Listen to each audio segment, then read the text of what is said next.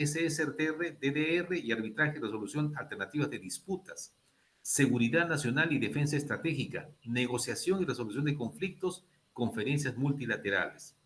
Fundador del Colegio Nacional de Politólogos del Colegio Departamental de Politólogos del Departamento de Ciencias y Tecnología del Ejército, del Peking Center Consulting y la red de expertos y analistas latinoamericanos. En Naciones Unidas se desempeñó como líder del equipo DDR y analista de información de Congo, comandante adjunto del sector central y oficial senior de planificación de Nepal, oficial de asuntos políticos y jefe provincial de Kunar y Uruzgan en Afganistán. Posteriormente como asesor de seguridad y riesgos en Colombia, Jamaica, Bahamas, Bermuda, Islas Caimán, Turk, Caicos y El Salvador. Actualmente trabaja en la red de expertos y analistas latinoamericanos como SEO. Felicitaciones por eso, Gonzalo. Condecorado con 3 medallas de Naciones Unidas al servicio de la paz, prócer de la libertad y caballero de la orden. Áreas temáticas en las cuales se desempeña Gonzalo son el análisis político, análisis de riesgos, gestión de crisis, gestión de secuestros, inteligencia, procesos de información, análisis descriptivo, predictivo, prescriptivo. Entonces tenemos en nuestro invitado una persona de una preparación muy especial y particular, y el tema que vamos a ver el día de hoy es justamente la geopolítica y su escenario en el año 2025.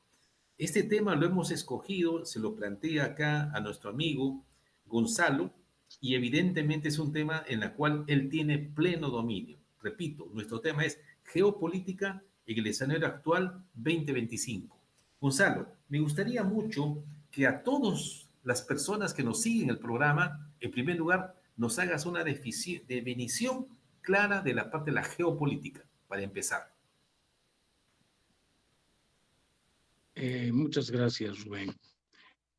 La geopolítica es la rama extendida de la política que tiene que ver con los intereses de los países, no solamente desde un punto de vista político, sino también en cómo influye la geografía de la zona y los intereses que tienen mucho más adelante, mucho más allá de los, digamos, económicos, políticos, sociales.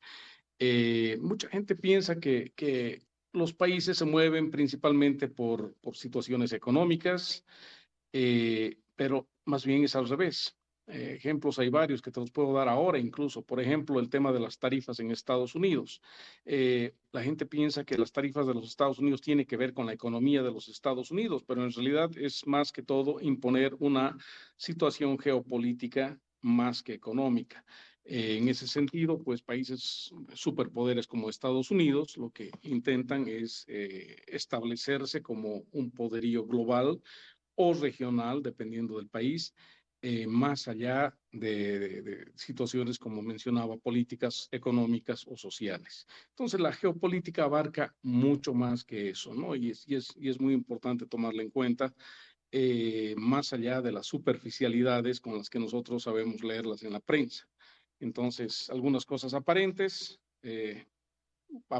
ser económicas o sociales, pero sin embargo tienen un trasfondo totalmente geopolítico, que tiene que ver con el poder regional que quiere ejercer un país sobre otro, o sobre una región, o en este caso globalmente.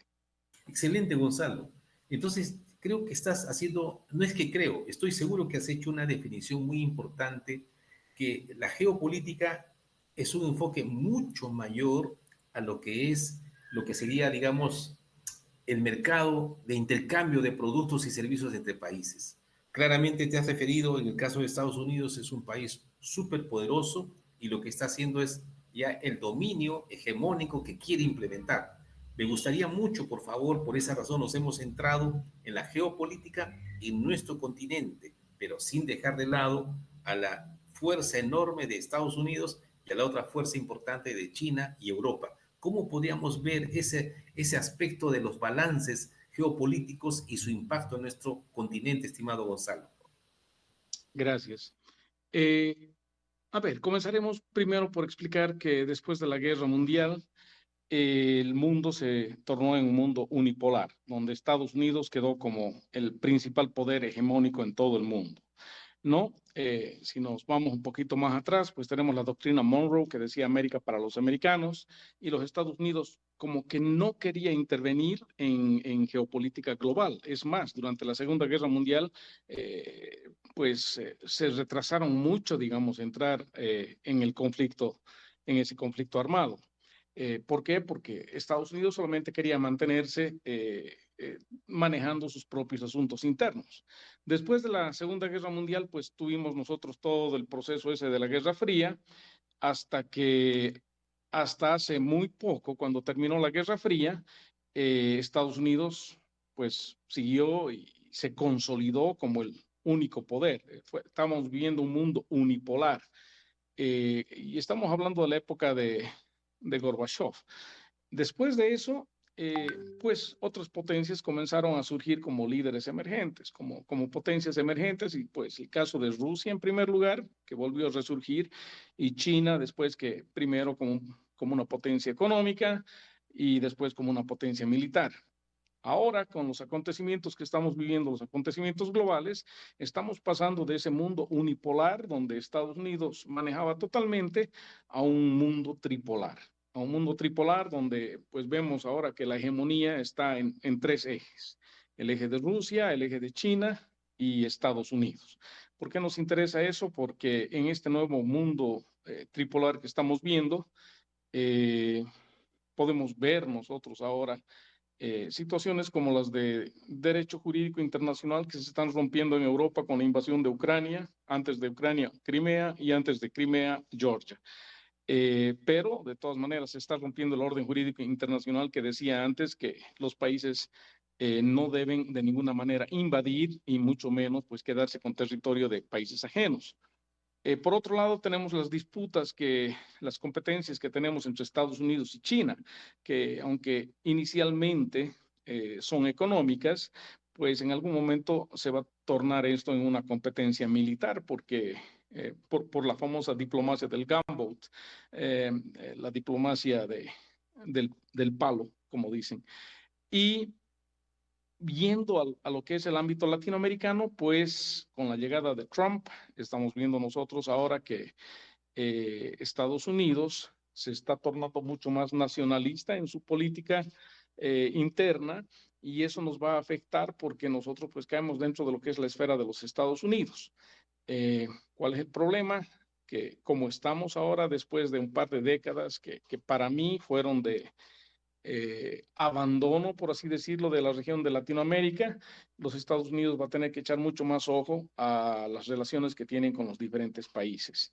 Ya para terminar con esto, lamentablemente durante estas décadas, todos esos vacíos de poder que dejó los Estados Unidos han sido llenados principalmente por la China, con el comercio en todos los países latinoamericanos prácticamente, principalmente el comercio, pero no únicamente. Otros países como Rusia también han estado siempre tratando de llenar cualquier vacío de poder que se les ha presentado, y, digamos, insólitamente, actores como Irán también han intentado pues penetrar en esta, por así decirlo, área de influencia de los Estados Unidos. Entonces tenemos un panorama futuro muy interesante, donde pues todos se van a disputar realmente la influencia que puedan tener acá en toda Latinoamérica, y Estados Unidos a mí me parece que va a ser mucho más agresivo en tratar de volver a tener la influencia que la tuvo en algún momento, porque ya le es muy difícil realizar esa competencia en el continente europeo, en Asia y todo eso. Entonces, sí, estamos viviendo realmente una encrucijada a nivel mundial, una encrucijada histórica, eh, porque se está dando un gran reseteo a nivel mundial, pero no es el reseteo que la gente esperaba, sino más bien un reseteo totalmente opuesto. No es el reseteo de la globalización, más bien estamos volviendo a un reseteo que nos lleva nuevamente a la regionalización, ¿no? A lo que era antes. Gonzalo, entonces esa es una situación, digamos así, que podía pensarse no esperada, ¿no? Porque el señor Biden tenía un marco político, el señor Trump que ha asumido el poder el 20 de enero y ha comenzado a dar medidas, así como tú lo dices, pensando en un aspecto hegemónico de tratar de recuperar esto. Pero por otro lado, digamos, bien lo has definido lo de Rusia, lo de China, y la pregunta es, nuestros países, ¿cómo va la entropía geopolítica de nuestros países en relación a esos temas? Eran, como bien lo dices, ¿no? No era una cosa esperada. Entonces, ¿cómo reaccionamos a eso y cómo debemos prepararnos desde ese punto de vista, estimado Gonzalo? Eh, a ver, la pregunta es bastante compleja. Eh, ¿Cómo nos posicionamos nosotros ante eso? Por un lado, tenemos a una potencia que, como decía, tiene que inmiscuirse o involucrarse mucho más en el continente americano, desde Canadá hasta la Argentina. Ya lo han declarado así, es más, lo ha declarado el recientemente nuevo secretario de Estado, Marco Rubio, lo ha declarado Pete Hegseth, que es el nuevo secretario del Departamento de Defensa, lo ha dicho el mismo Trump. Eh, y eso ha sido una declaración de ayer del señor Trump, justamente, en el cual ellos ya están viendo la manera de recuperar estos países y lo han dicho claramente, ¿no? Lo que quieren es deshacerse del socialismo en todo el continente, ¿no? Es más, el secretario Rubio ha declarado a los gobernantes o a los gobiernos de Cuba, Venezuela y Nicaragua como enemigos de la humanidad. Antes de las elecciones ya decían de que van a hacer todo lo que esté en sus manos para volver a traer democracias genuinas a estos tres países y también influir en los demás países que tienen regímenes híbridos. Eh, Regímenes híbridos que son definidos como aquellos que cuentan con procesos democráticos, con gobernantes elegidos en procesos democráticos, pero que tienen un comportamiento totalmente autoritario, ¿no? No hablo de Cuba, ni Venezuela, ni Nicaragua, porque esos son definidos claramente como dictaduras, sino de otros países en los cuales cae, por ejemplo, Bolivia, eh, que tiene un régimen así, eh, Honduras, que también está con esa situación. La Argentina hasta hace poco, pero pues la situación cambió cuando lo eligieron al presidente Milei y tenemos pues otras democracias que son quizás no regímenes híbridos, pero son democracias muy vulnerables, como por ejemplo la del Perú. Y estamos viviendo esos procesos actualmente y la región, a mi parecer, no se encuentra preparada para esto, ¿no? Nosotros venimos de décadas de influencia socialista, donde tenemos nosotros gobiernos populistas, gobiernos demagogos, democracias frágiles, desafiadas en todo momento por conflictos sociales principalmente, aunque algunos países como, por ejemplo, Colombia, Perú, más allá del conflicto social, han tenido pues guerrillas internas, ¿no? Entonces, ¿cómo enfrentarnos nosotros a este cambio que se da? Pues es un cambio que ha resultado inesperado. Eh, es un cambio, yo pienso que de alguna manera es interesante para toda América con la nueva administración de Trump, porque si seguíamos con la administración de Biden, el futuro era como que más claro y al mismo tiempo más oscuro, ¿no? Porque las influencias de estos países que mencioné anteriormente eran muy relevantes, ¿no? Y muy marcada además. En cambio, ahora sí, vamos a ver un giro de 180 grados, mucho más interés de los Estados Unidos en la región latinoamericana por muchos motivos, ¿no? No solamente es el tema de la multipolaridad, está el tema de las competencias por la hegemonía en Latinoamérica con la China. Eh, Tenemos temas de cambio climático, tenemos temas de comercio, temas de narcotráfico que son muy importantes y todas esas cosas pues se están dando de golpe. Eh, ¿No estamos preparados? No. Si tú ves la reacción de la presidenta Sheinbaum de México, los ha pillado totalmente por sorpresa. Están reaccionando prácticamente a medida como les viene, digamos, la política externa de los Estados Unidos, es más es más una reacción inmediata que algo planificado, y los demás países pues se encuentran esperando este periodo de transición para ver qué es lo que pasa políticamente. Claro, Gonzalo, mira, lo que está señalando para todas nuestras personas que nos siguen es de importancia. Ahora, yo te quisiera poner un aspecto de, no pregunta, sino reflexión. Un país, cualquiera de nosotros, vamos a hablar de Perú, Colombia, Bolivia, tiene, digamos, un manejo interno bajo un enfoque propio, entre comillas, del gobernante que está en el poder.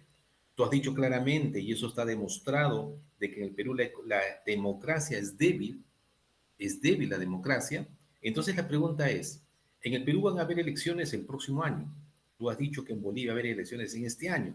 La pregunta está, oye, dentro de los manejos, digamos así, del costo de la gobernanza y las políticas públicas que debemos tener en nuestros países, una cosa es con el enfoque de Biden, el señor Biden, que era, claro, una cosa clara, pero clara negativa, porque la influencia al otro lado iba a ser tan alta y la cosa se iba a traer un crash. Y ahora con la influencia de Trump, donde claramente el asunto lo has demostrado, lo has dicho tú, de que hay una influencia hegemónica de recuperación muy fuerte. Entonces, por lo tanto, la pregunta es, cada uno de nuestros países, bajo el enfoque de la geopolítica, escenario 2025, ¿qué debemos hacer? ¿Cómo debemos prepararnos? Y cómo la materia, la masa crítica de gente, de gobierno de nuestros países, cómo debemos prepararnos, estimado Gonzalo. Justamente es lo que queremos conocer de tu parte.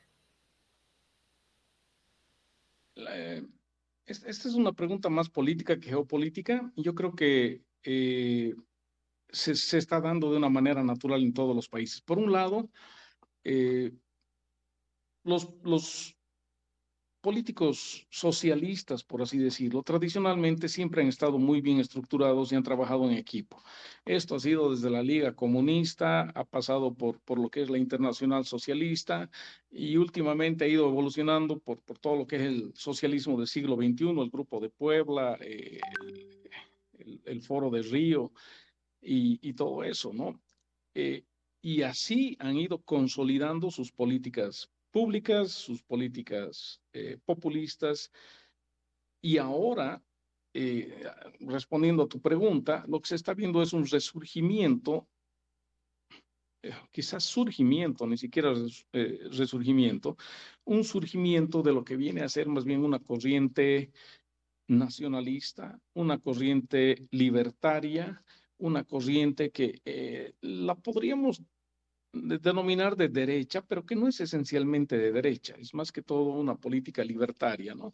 Una política donde se protegen las libertades individuales en contraste al socialismo, que más bien tiene gobierno centralizado.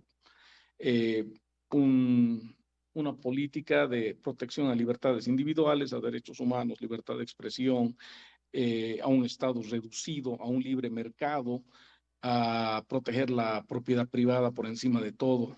Ese tipo de políticas que están surgiendo ahora ha sido llamado por el presidente Milei, como está llamando a una mega coalición en todos los países para que surjan movimientos similares y se unan, porque si es algo que la izquierda ha hecho bien, como dije, es justamente eso, trabajar en equipo. Eh, y como parte de este surgimiento de esta nueva política latinoamericana, pues los tenemos a los actores, ¿no? Que son Bukele en El Salvador, está el señor Jair Bolsonaro allá en el Brasil, por supuesto está el señor Trump en Estados Unidos, Milei en la Argentina, y, y estoy seguro que en tu país, así como en todos los otros países, están surgiendo líderes que se están tratando de acomodar a este nuevo escenario político y tratando de acomodarse a lo que es el libertarismo. Me imagino que, por ejemplo, mm, me corrige si me equivoco, me imagino que, por ejemplo, el alcalde de Lima, el señor Rafael López Aliaga, me parece que va a seguir en esa corriente en el caso de Perú. Me parece que va a seguir a la corriente, a esta corriente nueva. Eh, y me parece que lo mismo está surgiendo en Colombia. Acá en Bolivia no hay, porque hay una oposición muy dividida, donde todos los opositores en sí quieren seguir esa línea, ese discurso, pero no hay un líder que los una, ¿no? No tenemos esa, esa suerte, por así decirlo. Entonces, es de esa manera que yo creo que la política se va a ir acomodando. Entonces, ya son dos corrientes mucho más marcadas que antes no se veían. Si tú recuerdas, en las anteriores elecciones, la mayor parte de los candidatos eran o de centro izquierda o de centro derecha. En cambio, ahora eso se está radicalizando mucho más, ¿no? Ahora, más bien vemos el surgimiento hasta de partidos de extrema derecha. Mucho más notorio en Europa, con el surgimiento de partidos como el AFP en Alemania, por ejemplo, con Víctor Orbán en Hungría, que se están reagrupando con el ECR de la Unión Europea, el European Conservative Reform Group. Son esencialmente eso, ¿no? Por supuesto está Vox en España, no me quiero olvidar de ellos. Giorgia Meloni en Italia, o sea, no, si comenzamos a pensar en todos estos nuevos actores en todo el mundo, sí, es una radicalización ideológica la que estamos viviendo. Eh, y eso es lo que nos va a marcar de ahora en adelante por los siguientes 20 años, por lo menos, ¿no? En la radicalización de las ideologías. Gonzalo, mira, dentro del aspecto, digamos, de los estudios políticos, pero que tienen su incidencia en la geopolítica, está un índice que es el índice Gini, donde claramente los estudios que se han hecho de investigación nos dicen claramente que el índice Gini, es decir, la desigualdad en los países nuestros del continente sudamericano y centroamericano, es la más alta del mundo. Y si a eso le sumamos los riesgos globales, producto de lo que tú estás señalando, las nuevas corrientes en las cuales tú mismo lo dijiste, que no estábamos preparados para esto. Entonces, y a eso le sumamos el índice de progreso social, que es diferente al PBI, Producto Bruto Interno, el índice de progreso social nos mide 60 indicadores, que mide claramente el éxito de un gobierno en un país para generar crecimiento social y económico de la población. Entonces, la pregunta es, ¿cuáles serían las pautas que tú recomiendas bajo el enfoque geopolítico que tienes tú, tomando en cuenta estas corrientes, a ver cómo actuamos en nuestros países, sin precisar en alguno en concreto, estimado Gonzalo? Sí, todos esos índices que tú mencionas son verdad. En realidad, el crecimiento económico proyectado para el 2025, proyectado para este año, según CEPAL, eh, está por debajo del promedio mundial. La CEPAL me parece que dijo que el crecimiento para este 2025 va a ser del 2,4% y que el promedio mundial va a ser del 3,2%. O sea, la región latinoamericana está creciendo mucho más lenta que el resto del mundo, ¿no? Incluso África tiene mejores prospectos de crecimiento, entonces todos esos índices son verdad. Eh, Esto nos perpetúa problemas como la pobreza, la desigualdad que tú la mencionaste. La pobreza en Latinoamérica creo que está por el 27-30%, pues, dependiendo de cada país. Tenemos informabilidad laboral, tenemos desigualdad social, económica, tenemos un crecimiento de los ricos que es mucho más marcado ¿no?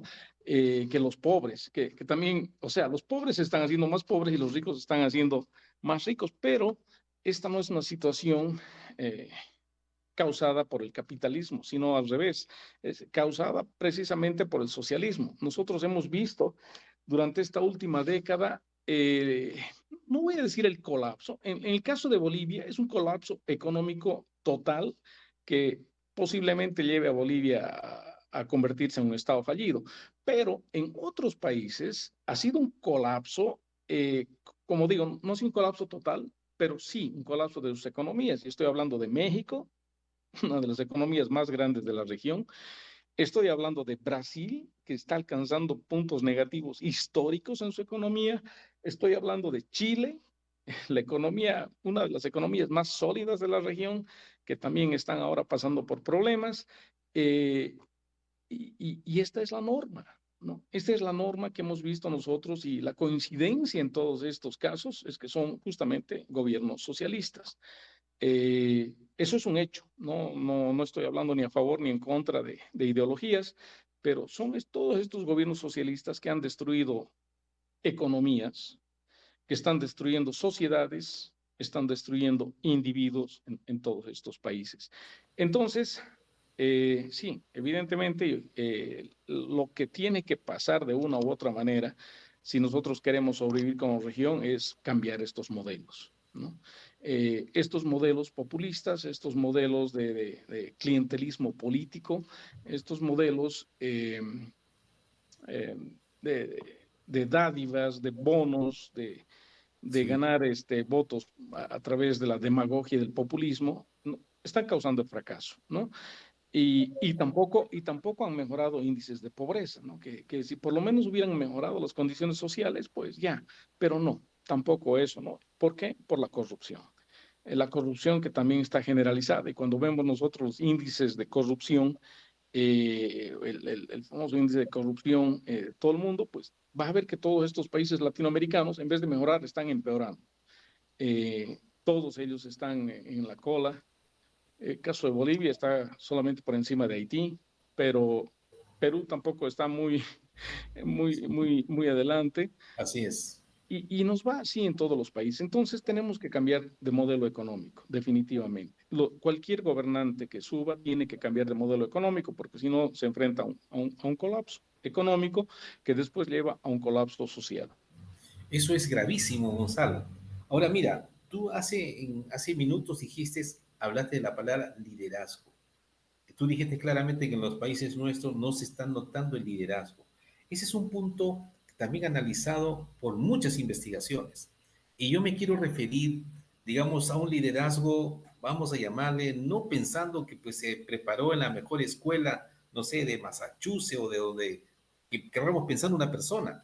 Me estoy refiriendo a un liderazgo transformacional, a un liderazgo político, para que logren, digamos, a nuestros países sacarlo, porque tú has dicho claramente, en nuestro país, por ejemplo, en el Perú, en este caso quiero hablar de este tema, los índices de pobreza han crecido, los índices de anemia han crecido o se mantienen de manera horizontal y no hay baja. Y por otro lado, digamos, el índice de desconfianza, la incertidumbre, la informalidad ha crecido. Entonces, y la corrupción, por supuesto. Claro que tenemos varios presidentes presos, gente que está ajusticiada, pero todo esto está influyendo, llevándonos a una situación complicada donde, digamos así, si queremos aplicar la prospectiva en la parte política, decimos, oye, pero ¿qué decisiones tomamos hoy día para pensar en un cambio a 15, 20 años? Y encima viene el efecto externo de la geopolítica. En esa situación, ¿cómo ves tú la capacidad de las personas para ejercer un gobierno bajo lo que tú acabas de decir, un cambio de modelo económico, estimado Gonzalo? El problema de los líderes es que los líderes, no voy a generalizar en todo América, pero en la mayoría de nuestros países, porque estamos viendo la situación latinoamericana en su conjunto, todos los líderes hablan o pretenden ser elegidos en base a mejorar la economía. Pero no vamos a mejorar la economía en ninguno de nuestros países mientras no se acabe con la corrupción. Porque en nuestros países así encontremos nosotros océanos de petróleo, encontremos minas con ingentes cantidades de oro o de cualquier mineral que nos haga ricos, la situación del ciudadano no va a mejorar nunca porque los políticos siguen siendo los corruptos de siempre. Entonces, y hablando de liderazgo, ¿no? Antes de hablar de mejorar de la economía, los líderes deben comenzar a hablar de eliminar la corrupción. Y antes de hablar de mejorar la corrupción, deben hablar de cómo eliminar con el crimen transnacional y el narcotráfico. Porque si no se mejora, o sea, si no se elimina el narcotráfico y la corrupción, no va a haber ninguna economía que se pueda mejorar y vamos a continuar con la misma situación y los mismos problemas de siempre, en algunos países más graves que en otros. En países que tienen economías más sólidas, aguantan un poco más. En países que no tienen esas economías sólidas, consolidadas, que no tienen industria propia, pues se va a llevar a un conflicto social inmediato, ¿no? Porque la situación es mucho más explosiva, mucho más volátil. Eh, y es algo de lo que yo, francamente, escuchando a líderes en toda la región, sí, todo el mundo se agarra de la economía, pero no quieren tocar estos puntos que son tan importantes como la corrupción, el narcotráfico y el crimen transnacional que está estrechamente relacionado con el narcotráfico. Excelente. Mira, Gonzalo, hay otro tema que lo que tú acabas de decir, y eso está relacionado con otro índice que no lo comenté, se llama el índice de complejidad económica. Este índice ha sido desarrollado por Massachusetts y es un índice que determina una economía, en pocas palabras, mide en parte el valor agregado que le damos a nuestros productos propios y que se hace cada vez una producción más compleja, por lo tanto obtiene un mejor ingreso, por lo tanto se distingue un producto de un país. Los índices de índice de complejidad económica, por ejemplo, de Alemania son altísimos, de Corea del Sur son altísimos, pero sin embargo te voy a decir en el caso del Perú, en los 20 años, el índice de complejidad económica, en lugar de crecer, ha caído como una especie de una curva de bañera. Ha caído, por lo cual, ¿qué se está significando? Que el manejo político propio no está caminando sin rumbo. Es decir, no hay una perspectiva de mirada a futuro. Ese es un punto preocupante porque está ocurriendo en varios países nuestros y claramente tú dices, oye, es el modelo, es el liderazgo, pero evidentemente contra esta ducha que tenemos de la geopolítica de los tres poderes, Estados Unidos, China y Rusia, pues yo creo que la situación todavía va a ser más complicada. ¿Qué debemos hacer ahí, estimado Gonzalo?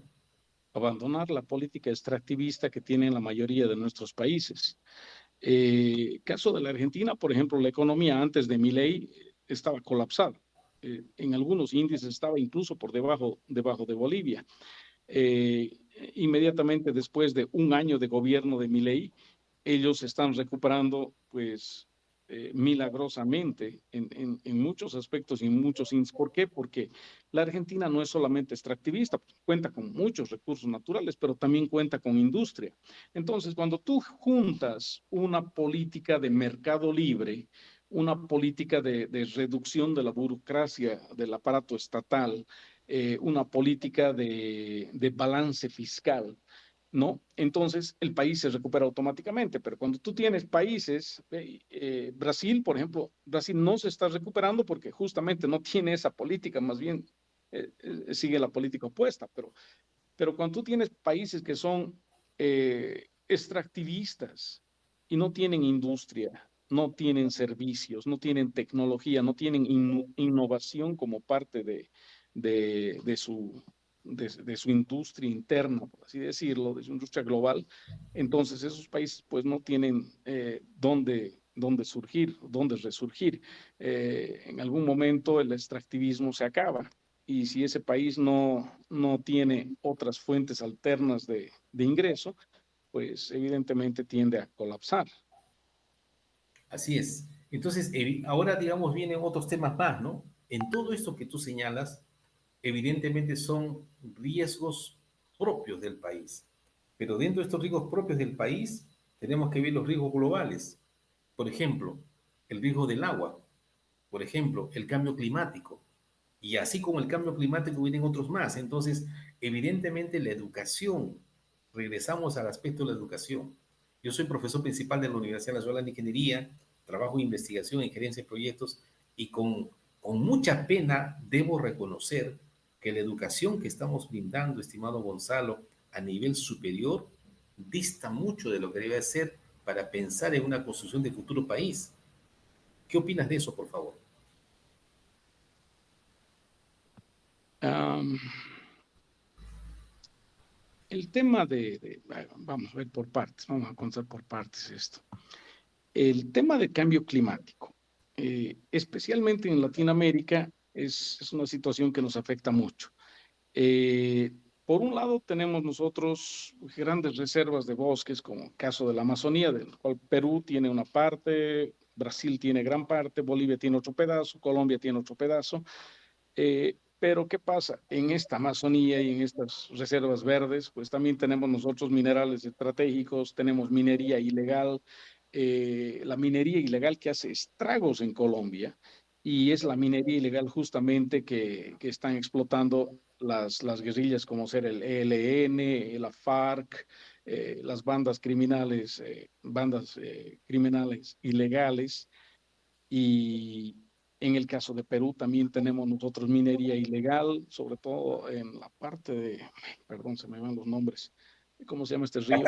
Patás, en la zona de la Libertad, y Madre de Dios también. El Madre de Dios, ese me quería acordar, gracias. En el caso de Bolivia, pues está generalizado eso y es muy interesante el tema porque la mayor parte del extractivismo, eso, pues realizan compañías justamente que están patrocinadas o son chinas, en el caso de Bolivia, por ejemplo. Entonces, esa deforestación, esa desertificación, nos está llevando justamente a climas extremos, a más sequías, a más inundaciones, a más aludes, como los que pasó en Mocoa, por ejemplo, en Colombia hace un par de años. Presenta muchos desafíos. Sobre el segundo, lo segundo que me dijiste, la educación, pues la educación también es otro de los puntos vulnerables que tenemos nosotros en Latinoamérica. Pero eso no lo podría analizar desde un punto de vista regional, porque acá la educación que tenemos en cada país de Latinoamérica es totalmente diferente. Entonces, esto requiere como que un análisis separado, tratarlos país por país, ¿no? Porque la situación de la educación en Colombia es muy diferente a la de Chile, a la de Bolivia, a la de Perú. Entonces, esa es una pregunta como que requiere mucho más tiempo para contestar. Correcto. Entonces, mira, tratando de hacer un resumen, ¿cómo sería el resumen? Vamos a llamarle si tú dijéramos, quisiéramos aplicar la regla de Pareto. Dentro de los 100% de problemas, escojamos el 20% de problemas internos o externos para tratar de tomar medidas que permitan por lo menos hacer un poquito más calmado el aspecto de gobierno a nivel interno. Pero ¿cómo nos protegemos de la parte externa, que es el aspecto de la geopolítica, donde no es el mercado de intercambio comercial, sino es otro punto de vista que se está aplicando Estados Unidos, Rusia y China? ¿Cómo haríamos en esa parte, estimado Gonzalo? Yo creo que la persona que encuentre respuesta a lo que acabas de decir tiene potencial de ser presidente en cualquier país. ¿Cómo encontramos la solución realmente ante este nuevo escenario global? Eh, yo en lo particular, pues a mí me encantaría ver surgir eh, líderes, líderes políticos que más allá de definirse ideológicamente como de izquierda o de derecha, o libertarios o socialistas, que sean nacionalistas, eh, porque ni una ni otra de las ideologías nos conviene perfectamente. El socialismo es un populismo que nos destruye y por otro lado un capitalismo ejercido radicalmente, totalmente, es algo que quizás no sea ideal para nuestra región latinoamericana. A mí me parece que nosotros debemos buscar dos cosas. Una, nacionalismo, que comencemos nosotros a, a conseguir, a buscar o a elegir líderes que pongan por delante los intereses de su patria. Y dos, buscar una integración regional en todo lo que es comercio, un balance comercial, desde un punto de vista latinoamericano con los Estados Unidos. Una región latinoamericana integrada que pueda comerciar, tener un comercio justo, basado en el respeto, basado en el balance del comercio internacional. De esa manera la región tiene el potencial de convertirse en una región solución en vez de una región problema para todos estos problemas que son globales. Es inevitable que nosotros de una u otra manera vayamos a caer dentro de la esfera de influencia de Estados Unidos y es muy ingenuo pensar que podemos ser totalmente ajenos a los Estados Unidos y, y, y separarnos, digamos, de esa política exterior americana. Es muy ingenuo, ¿no? Tenemos un poder demasiado grande ahí pues, con el cual tenemos una mutua dependencia histórica, además. Con esto tampoco hay que decir de que no va a haber comercio pues, ni con otros países en Europa, en la China, etcétera, ¿no? Está el tema de los BRICS, que no te olvides, ya hay miembros de los BRICS que son países latinoamericanos, Venezuela no, perdón, pero Cuba ya está adentro, Bolivia ya está adentro. La Argentina tenía que estar adentro del BRIC, pero cuando entró Milei dijo que no van a entrar. Entonces, sí, va a haber, el comercio internacional va a seguir, pero como te dije, a mí me parece que es muy ingenuo el tratar de separarnos de los Estados Unidos. Eso. Lo que sí tenemos que ver nosotros es buscar nuestros intereses, así como lo hace Estados Unidos siempre, ¿no? Ellos ponen los intereses suyos por delante de cualquier negociación y cuando dicen intereses suyos, no solamente son económicos, sino justamente geopolíticos. Y ahí utilizan pues cualquier medida para mantener su influencia como poder regional. Nosotros pues tenemos que ver para qué lado vamos. Justamente ahí está el problema, ¿no? Ver lo que acabas de decir, a qué lado vamos. Entonces, ahí, digamos, la pregunta está ahí, y nuevamente yo quisiera que tú puedas hacer un resumen de esta entrevista, estimado Gonzalo, los puntos que hemos tocado, con la finalidad de que las personas que nos vean el programa, tengan no hablemos del recetario, pero sí las ideas fuerza que pueden, digamos, aclararnos el rol de la geopolítica en el escenario 2025, por supuesto pensando en un futuro próximo. ¿Cuál sería un resumen de esta entrevista que tú puedes hacer para todos los que nos siguen, lo puedan ver con calma y con detenimiento?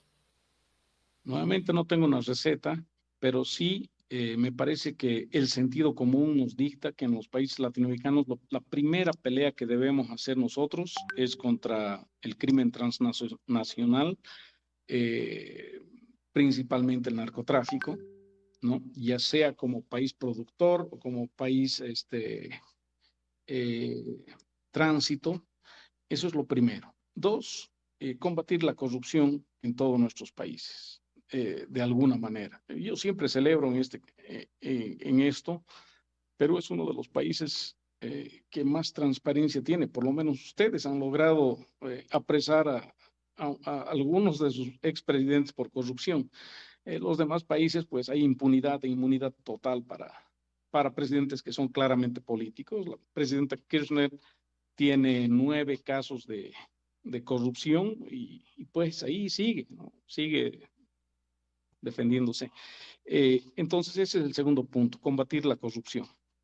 Eh, una vez que hagamos esas dos cosas, nuestras economías de por sí yo creo que van a consolidarse de una manera mucho más sólida y entonces sí podemos hablar nosotros de un mercado libre y de un comercio justo y recíproco con los Estados Unidos y con otros países de acuerdo a lo que nos favorezca. No, es innegable eso, ¿no? Ustedes recién acaban de inaugurar un puerto de Shanghái, que costó $4 billones, me parece, ¿no? Entonces, no es una idea que se pueda abandonar de la noche a la mañana y decir, pues vamos a cambiar de socios. No, eso no va a ocurrir. Lo mismo está pasando, están haciendo un puerto, me parece en México, que va a ser incluso más grande que el del Perú. Eh, y, y es esa, esa balanza que, por un lado, una potencia quiere mover para su conveniencia y los otros van a hacer lo suyo, ¿no? Entonces, pues tenemos que navegar en este mar donde los demás son los que mueven las aguas y nosotros somos los que tratamos de flotar. Qué interesante este ejemplo último, Gonzalo. Y para cerrar la entrevista, quiero pedirte lo siguiente. Nosotros acá en el Perú tenemos una escuela de posgrado que se llama el CAEN, Centro de Altos Estudios Nacionales. Antes era el Centro de Altos Estudios Militares. Y ahí había un general, Edgardo Mercado Jarrín, que ha sido una persona muy reconocida en el manejo geopolítico. Yo quisiera pedirte que tú nos digas cómo debería prepararse la gente en la parte geopolítica, porque es un campo sumamente importante para toda nación. ¿Cómo ha sido esa preparación que tú has logrado, estimado eh, Gonzalo? Por favor, esa parte sería la última parte de esta entrevista, con lo cual cerramos esta entrevista. Los centros de altos estudios nacionales en todos los países tienen más o menos la misma doctrina, ¿no? Que es una doctrina enfocada en la seguridad y la defensa de cada país. Pues esa doctrina desemboca en muchos países en la elaboración de un libro, de una doctrina blanca o de un libro blanco, depende cómo se llama en cada país, que establece a mediano y largo plazo cuál debe ser la política a seguir en un país justamente para resguardar su soberanía, ¿no? El tema de seguridad y defensa. Las escuelas de altos estudios nacionales, a mí me parece que carecen de enfoques que tienen que ver más, por ejemplo, con tecnología, con innovación, con economía. Como te decía, esos centros de altos estudios son muy profesionales y muy buenos en lo suyo, pero evidentemente se enfocan más en seguridad y defensa porque precisamente la mayor parte de sus alumnos son oficiales de ejército, ¿no? Dependiendo de cada país, me parece que en muchos casos esos centros preparan a los coroneles a ser futuros generales, ¿no? O tenientes coroneles, pero sí, ya cerca al ascenso general. Eh, y en la experiencia que yo he visto en unos 3 o 4 países, es la misma, ¿no? Porque son maestrías en seguridad y defensa. Eso es lo que son. Eh, pero la geopolítica abarca mucho más que eso, ¿no? Y al hacer un análisis, digamos, de lo que deberíamos hacer en esos centros, a mí me parece que principalmente deberíamos enfocarnos en temas como innovación y tecnología, principalmente porque el país que se quede ahora atrás en temas como inteligencia artificial es un país que no va a ser relevante nunca, ¿no? Porque el tema del extractivismo, el tema de la misma industria, van a ser irrelevantes en un futuro muy cercano. El futuro está en la innovación y la tecnología, no está realmente en innovar, pero por lo menos en tratar de copiar y mantenerse al tanto con las tecnologías de otros países, ¿no? Nosotros seguimos pensando, otro ejemplo, seguimos pensando, por ejemplo, en que si vamos a comprar aviones de los Estados Unidos que vienen con algunos detalles por límites de autorización y cosas que no se pueden volar por cualquier lugar, o seguimos pensando en qué calibre vamos a comprar para nuestros tanques, eh, cuando la seguridad y la defensa y las guerras del mañana pues van a ser totalmente diferentes a las convencionales con las cuales nosotros seguimos estudiando. Ese es un tema fundamental, ¿no? El país que pueda mantener el paso en temas de innovación y tecnología va a ser el país que va a poder, pues, competir en el futuro. Excelente, Gonzalo. Para darle el toque final, si yo te dijera qué investigaciones teníamos que desarrollar a nivel de nuestro continente en el campo geopolítico, ¿cuáles serían esas investigaciones que tú sugieres para formar grupos de investigación nacionales, interpaíses y poder hacer esto? Porque si no hacemos algo serio, estimado Gonzalo, pues la pregunta está, el desarrollo va a ser cada vez más complicado. Esa sería mi última pregunta. En temas de seguridad y defensa, si pudiésemos nosotros despojarnos de nuestros egos en cada país, y si pudiésemos despojarnos de esa visión que hemos tenido desde hace 200 años, cuando nos hemos comenzado a independizar de la colonia, y pudiéramos tener una integración regional, que es un sueño de muchos, el sueño de Martí, sueño de San Martín, sueño de Bolívar, sueño de todos.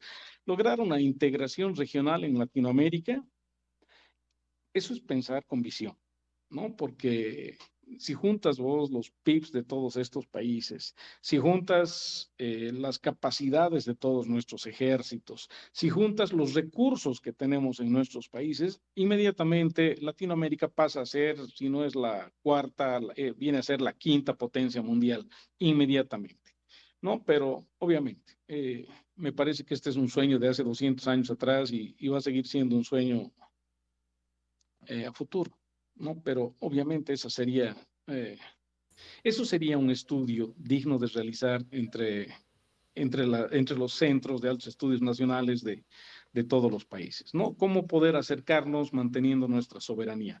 No cometer el error que hizo la Unión Europea, porque la Unión Europea integró a sus países, pero los trató o sea, trataron de hacer no solamente una unión comercial, sino también quisieron hacer una unión pues legal, jurídica, sin fronteras, con una sola moneda y todo, que es una integración total. Claro, como visión muy buena, pero ya hemos visto que eso no funciona, porque cada Así país es. tiene sus intereses y sus prioridades que son diferentes. Y la Unión Europea no ha funcionado totalmente, y es más, ahora se está desintegrando. Y no necesitaron de una alianza militar, pues porque tienen a la OTAN, de la cual la mayoría son miembros de todas maneras. Pero en Latinoamérica, si nosotros pudiésemos encontrar la fórmula para poder integrarnos y mantener nuestra soberanía con distintas monedas, manteniendo quizás nuestras políticas comerciales, no integradas, pero beneficiosas para todos los bandos, para todos los lados, eh, ahí sí pudiésemos nosotros pensar en una integración, en una visión que nos haga a nosotros tan fuertes como esas tres potencias de las que hablamos, ¿no? Ahí Excelente. sí podríamos nosotros, pues, desarrollarnos como región como lo merecemos. Excelente, Gonzalo. Te agradezco mucho por esta entrevista que ha sido sumamente importante en el tema de la geopolítica en el escenario 2025. Cerramos el programa y, por favor, estamos en una nueva oportunidad, Gonzalo, para conversar. Omar, damos el cierre al programa entonces, por favor.